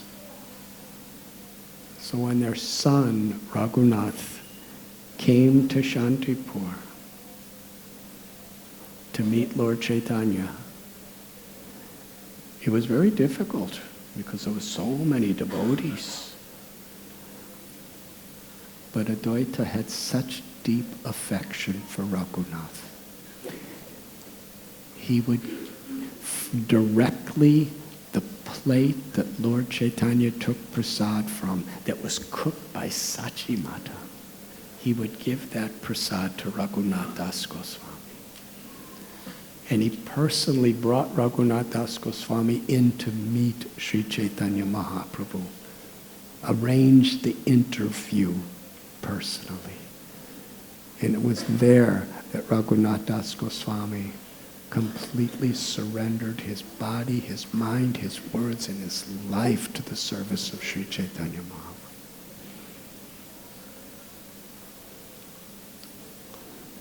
Our Prayojana Acharya. When Rupa Goswami and Sanatana Goswami came to Puri, Lord Chaitanya Mahaprabhu arranged for them especially to receive the blessings and the grace of Advaita Prabhu, the very leader of the Vaishnava community. Every year, after Lord Chaitanya returned from his South Indian tour, every year Advaita, without fail, whatever Lord Chaitanya was in Puri, especially the last 18 years of his Leelas, Advaita would come and spend 4 months in Puri with Lord Chaitanya. And one time,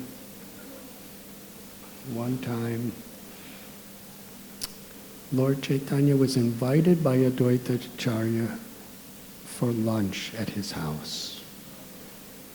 Sita Thakurani and Advaita were cooking together. And as they were cooking with so much love and so much devotion, when Advaita invited Lord Chaitanya, Lord Chaitanya said, "Of course I will come. If you are cooking, Advaita, along with your wife Sita, so much love and devotion, and you offer that food to Krishna, Krishna is going to be so happy. I want to be there for that." He wasn't coming to eat. He was coming to witness the love between Advaita, Sita, and Krishna, and to take that Mahaprasad. So as they were cooking together, Advaita Prabhu and Sita Thakurani, Advaita was speaking. He said, "Lord Chaitanya, whenever he comes anywhere for lunch, he always brings at least 20 sannyasis and senior devotees with him. He never comes alone. It's not going to be an intimate experience. I want to give, he's offering all respects to others, and he's expecting us to offer all respects to others, but I want on this day, I want to intimately, personally, exclusively offer this food that we've cooked to Lord Chaitanya." And not only that, but when there's all those sannyasis and all those senior devotees, they get so much of his remnants. I want us to have those remnants today. So he was saying like this, and he was very happily saying it. And Sita Thakurani was just listening in great joy. Lord Chaitanya, when it came noontime, he took his bath in the sea. From the Gambhira, it was time to go to the place Advaita Acharya was staying, to have lunch prasad. And all the sannyasis and all the senior devotees who were with him, they were all coming from directions to meet him at Advaita's. Now this is not the rainy season. It's the time of the year. It never rains in Puri. But suddenly,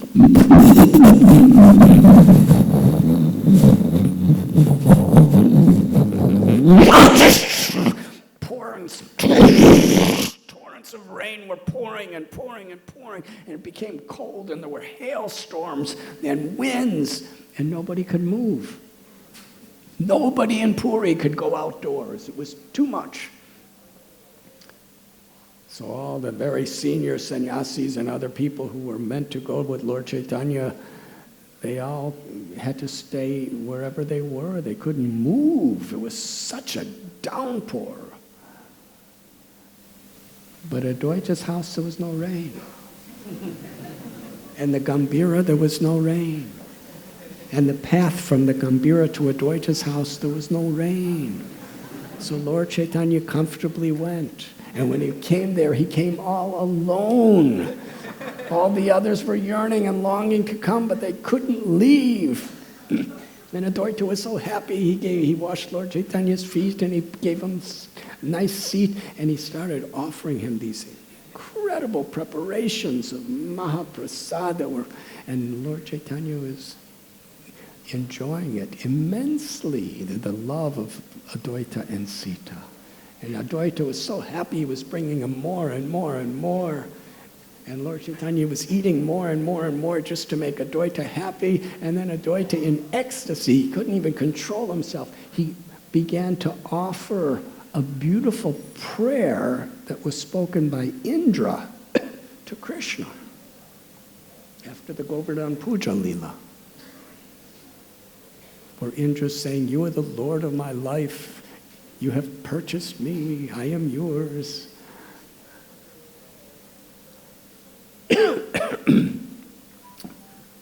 Lord Chaitanya, he stops eating. He says, "Advaita, why are you offering prayers from Indra?" And Advaita said, "You just continue eating.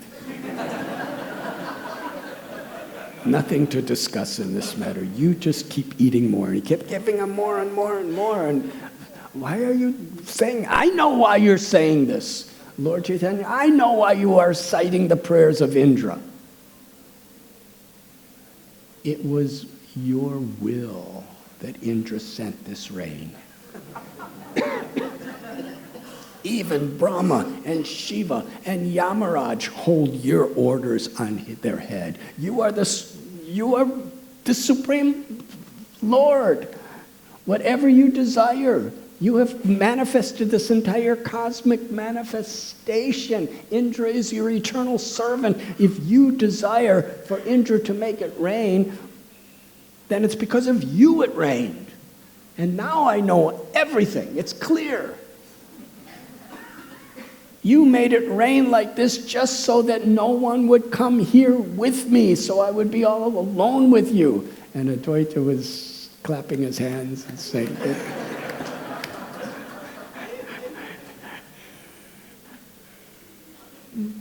in this way they were glorifying each other. That was their Leela. But Lord Chaitanya would never, ever, ever, except on very rare occasions to his most intimate devotees, would he ever be recognized or called on upon as Krishna. He was Krishna who came to teach how to be a devotee. And one of the principal ways of being a devotee is never declaring or considering oneself to be God, to always be the servant of the servant of the servant of the Lord. And that was always Lord Chaitanya's mood, except on very, very special occasions. And that was very intimate with the most close circle of the devotees, Srivasangam. But one day in Puri, in the streets, in the presence of the public, Advaita Prabhu said to the devotees, he was really ecstatic that day. He said, "Today we will sing only the names of Lord Gauranga." Because there are so many incarnations of the Lord, and Krishna, who's the source of incarnations, and we're always chanting their names, but it's Lord Gauranga, who is Lord Narayan. It's he that has attracted our hearts. It's He that has bestowed the supreme mercy of love upon us. It's He that has empowered us to do whatever we're doing. On this particular day, I declare we will not chant any other name except Lord Chaitanya in our public kirtan. And then he began to sing. Gaur Narayan, Gaur Krishna. The son of Mother Krishna, who has personally appeared with all of his opulences as the son of Sachi Devi. And he was dancing. Now the devotees were very much afraid. Lord Chaitanya will be very upset if he hears us chanting publicly his name as God. But Advaita was so enthusiastic. He was smiling, he was laughing, he was crying, he was dancing, chanting Lord Chaitanya's name, and it was so contagious that all the devotees began to chant, Gaur Narayan, Gaur Krishna, Satchidanand Mahaprabhu is Krishna Vrindavan, who has descended on this earth to spread prema bhakti through Harinam Sankirtan. And the crowd was growing larger and larger, and Lord Chaitanya's names was chanted louder and louder, and Lord Chaitanya was in his room in Gambhira, and he heard this incredible, tumultuous kirtan going on, and he wanted to join the kirtan. So he came there. And when he came, the devotees became very afraid. But when they saw Advaita, when Advaita saw Lord Chaitanya, he became even more ecstatic. And when Lord Chaitanya heard, instead of Krishna's name and Radha's name, his name was being chanted, he became angry. He just stood there watching. And when devotees saw him in that state, Chaitanya's not happy. But when they saw Advaita, when Advaita saw Lord Chaitanya in that state, he became even more ecstatic. He was twirling around like a cowherd boy, chanting louder and louder, and all the devotees became totally fearless in Advaita's association, and they all became leaping in the air, chanting Lord Gauranga. And Lord Chaitanya just was so embarrassed, he turned around and went right to his Gambhira house and laid in his bed. And what did Advaita do? He said, let's go. He led the kirtan right to Lord Chaitanya's house.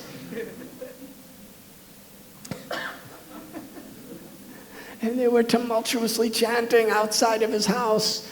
And Govinda, Lord Chaitanya's assistant, said, all the devotees are here. Lord Chaitanya was pretending to be asleep.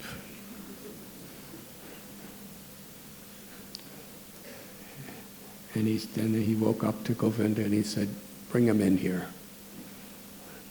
And they all came in. And when they came in, Lord Chaitanya just, again, was sleeping. And when they saw him in this state, Lord Chaitanya looked up and they looked to Srivas. He said, you are a great pundit. Why are you doing this? Why are you're supposed to be knowledgeable in all the scriptures. Why are you hiding your knowledge in this way?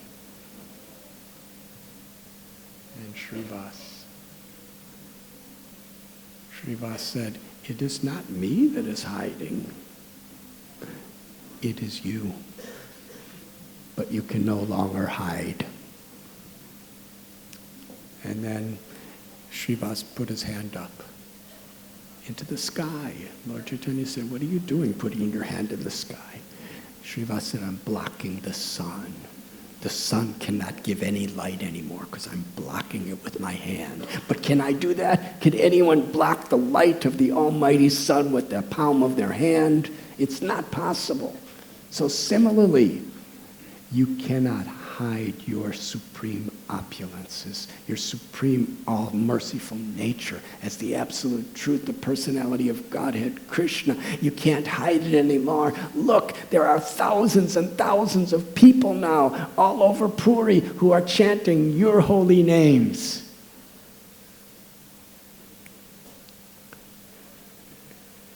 And Lord Chaitanya replied, Srivas, you have defeated me.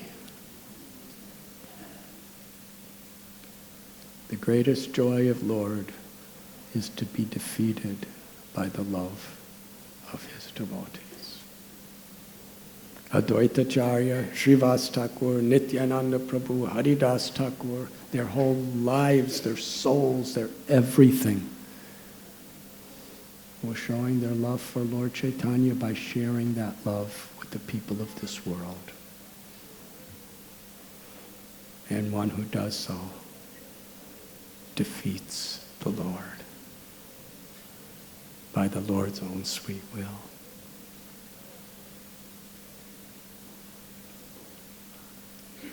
Advaita Acharya, he brought Lord Chaitanya to this world by his loud cries of compassion for us.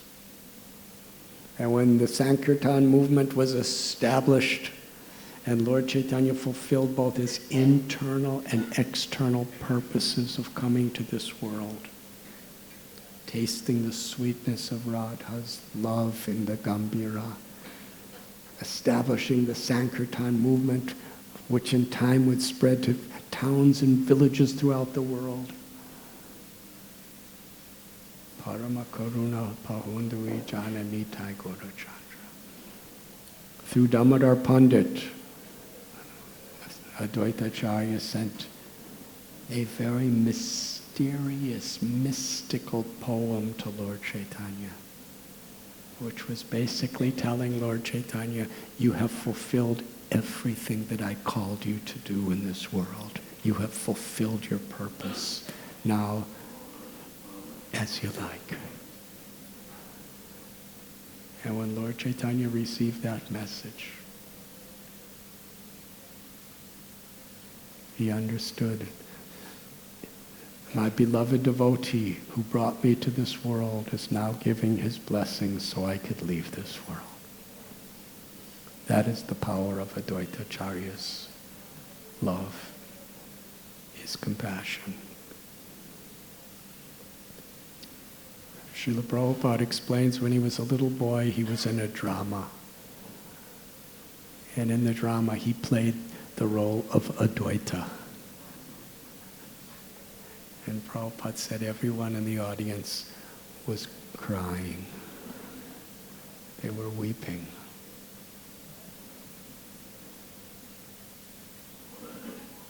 We could also weep in gratitude because Srila Prabhupada in his life, he took the mission of Sri Advaita Acharya to spread Lord Chaitanya's glories to the whole world. And today, we offer our gratitude. And in that spirit, united, we chant the holy names. Hare Krishna.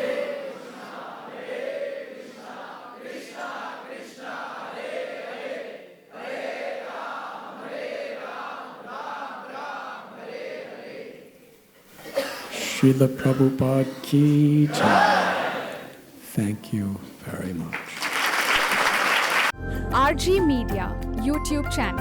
Like, share, subscribe.